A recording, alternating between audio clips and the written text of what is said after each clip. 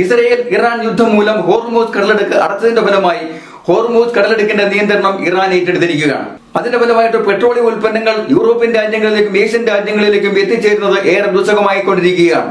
എന്നാൽ ഈ ഹോർമൂസ് കടലെടുക്കിന്റെ നിയന്ത്രണം ഏറ്റെടുക്കുന്നതിന് വേണ്ടി ഇറാനിൽ നിന്നും തിരിച്ചുപിടിക്കുന്നതിന് വേണ്ടി കാനഡ ഉൾപ്പെടെയുള്ള യൂറോപ്യൻ രാജ്യങ്ങൾ അമേരിക്കൻ ചേരിയെ സഹായിക്കാമെന്ന് വാഗ്ദാനം നൽകിയിരിക്കുകയാണ്.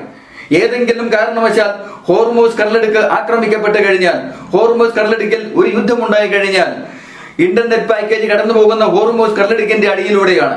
സബ്സി ഇന്റർനെറ്റ് പാക്കേജ് എന്ന ഇന്റർനെറ്റ് ട്രാഫിക് കടന്നു പോകുന്നത് ഹോർമൂസ് കടലെടുക്കിന്റെ അടിയിലൂടെയാണ്. ഇറാന്റെ മൈനുകളുടെ ആക്രമണം മുഖേനയോ അല്ലെങ്കിൽ അമേരിക്കൻ ചേരിയുടെ മറ്റു തരത്തിലുള്ള യുദ്ധം മാർഗത്തിലൂടെ ഇന്റർനെറ്റ് പാക്കേജിന് തകരാറ് സംഭവിച്ചു കഴിഞ്ഞാൽ ലോകം മുഴുവനുള്ള ഇന്റർനെറ്റ് പാക്കേജ് ഒരു ദിവസം കൊണ്ട് നിശ്ചലമാകും.